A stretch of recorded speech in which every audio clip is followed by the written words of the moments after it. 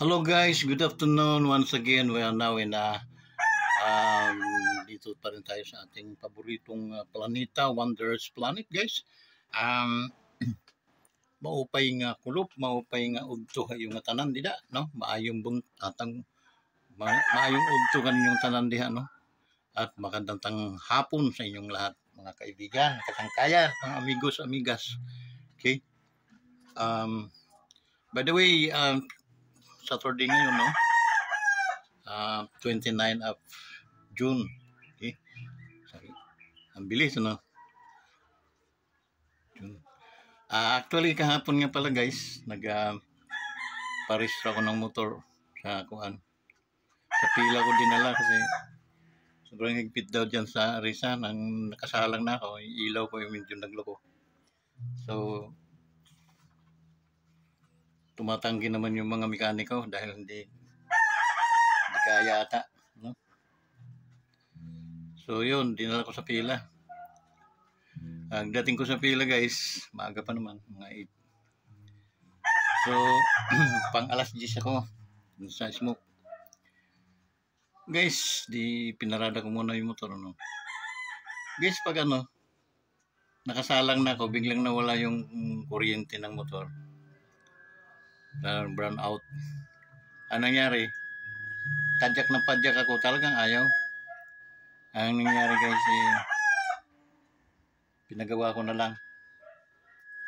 Pinagawa namin dun sa mekaniko shop. Yang layo simula sa LTO guys, siguro mga 100 meters, 150 meters, parang ganun. Tsaka katirikan ng araw guys, alas 11. Mga alas 11. Highway, may mga puno naman, mga malalaking punong kahoy na pag natatapat sa kanila, walang init. So, nakarelax ako doon. Yung sa naabot ko yung shop ng motor. Magaling. Hanga ko doon sa shout out doon sa technician. So, yun parang palito lang kalaki yung damage ng motor. Pero, dinestroy niya lahat yung operation ng motor. Ano lang guys? Gapalito lang yung fuse. No? Sunog. Pero, imagine mo. Maliit na parts lang pero paralyze niya lahat yung takbo ng ayaw mi-start, no? Sa crank ayaw din.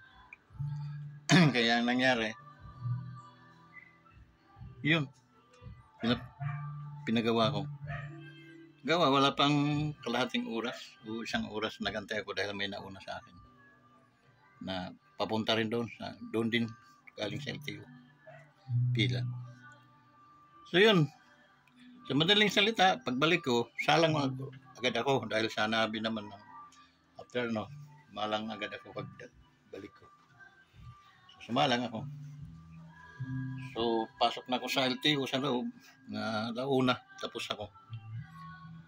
So harurot ako, bakbak ako ng pila papunta Santa Cruz, mga 15 minutes. Babagal yung guys, dapat mga 10 minuto lang yun. Bagal lang, takbo ko kasi ayaw kong masunugan ulit. So yun, istorya kahapon. Napakabangungot eh. Kala ko hindi ko kakayanin yung pag hatak mo yung tugway mo yung motor. Kalaki yung motor ko guys, Roser Kawasaki 135. So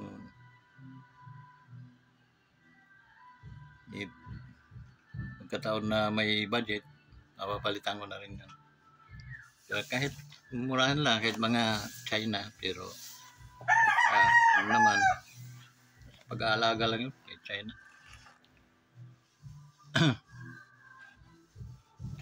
Minsan magtiwala tayo sa kakayahan ng China guys. Hindi naman tayo guys natatakot sa kanila, hindi. We are friends of China. We have a lot of relatives in China also. Okay? So, ganun lang. Kasimple.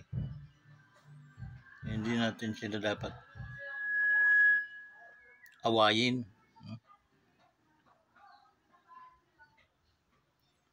So, yun.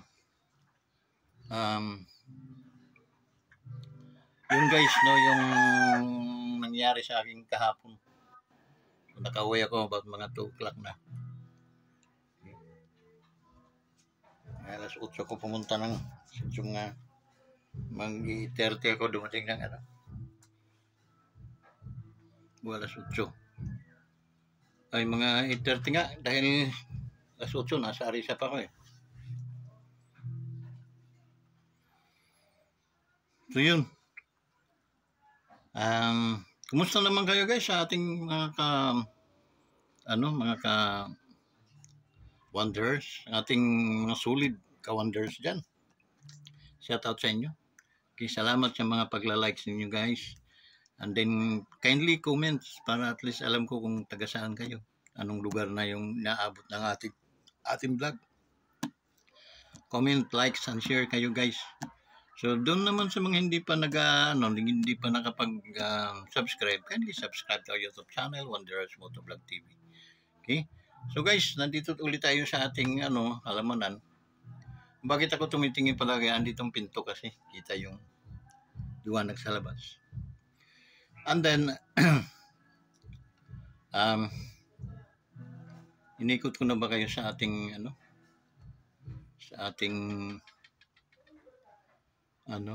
garden. So sobrang init ngayon naman guys. Sobra naman. Ang uha ko ng gulay. Pauwi na ako. Nanguha lang akong gulay. At lalabas tayo guys. Dito sa ating kubo-kubuhan. So pagdating mo dito, yan.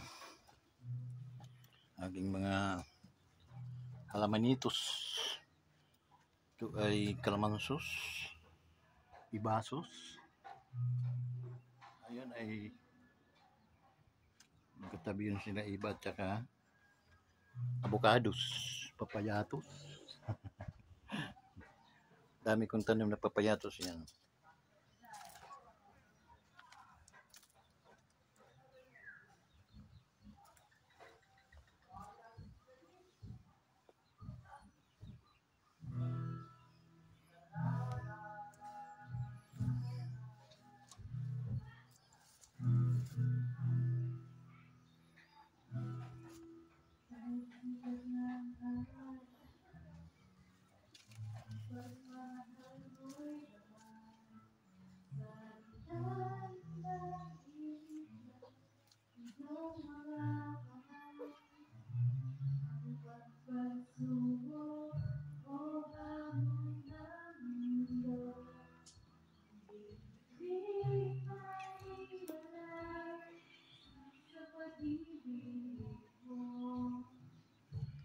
So, sobrang guys, init.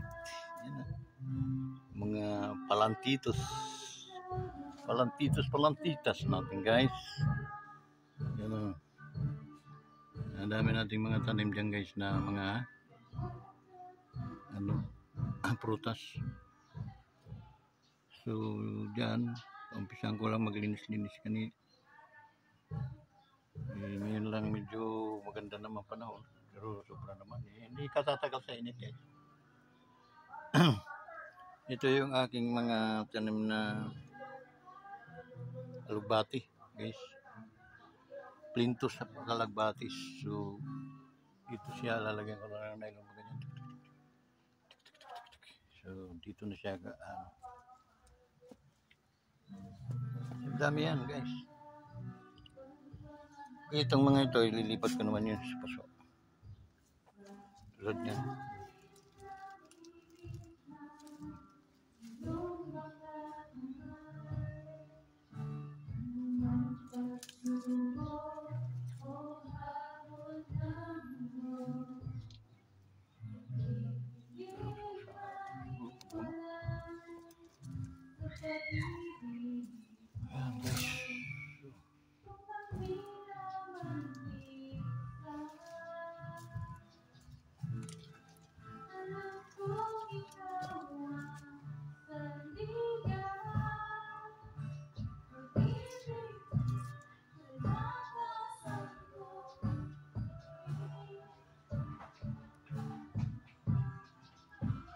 Mangga, guys. Mango tree.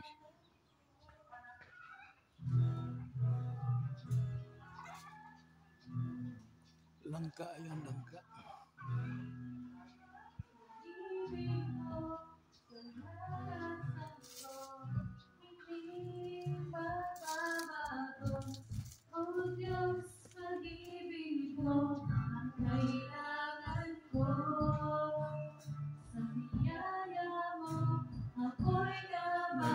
Tanim kanina lang.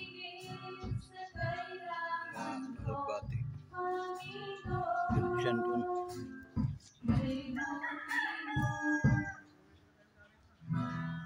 Dito doon guys. Nagbati.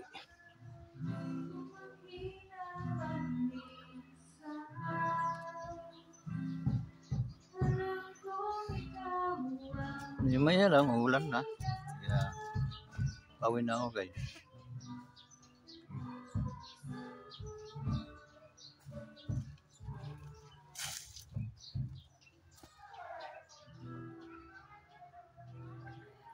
Maraming beses nakita.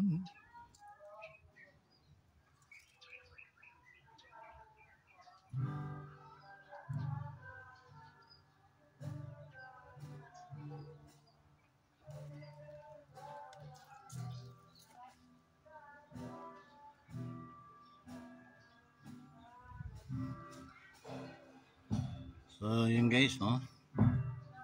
So, ito yung ating, ito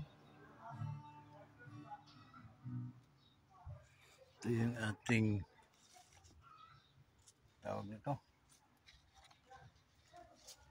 puno ng minggo. Mangga. Minggo, minggo.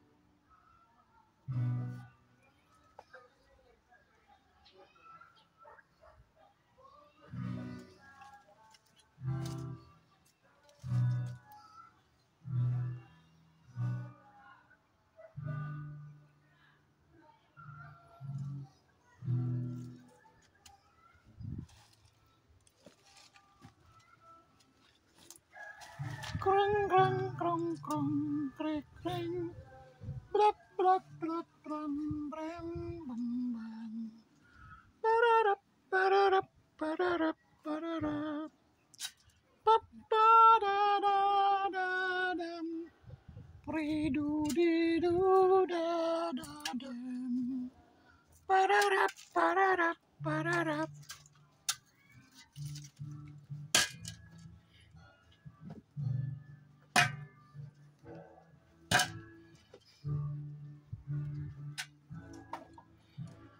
Wari umpau di pang.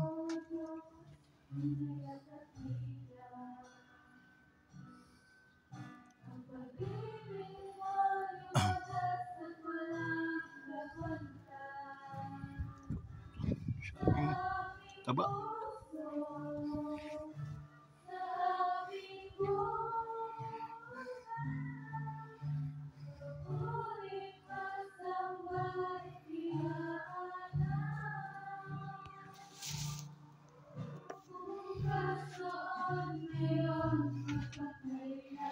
Naikot ko na kayo guys, no?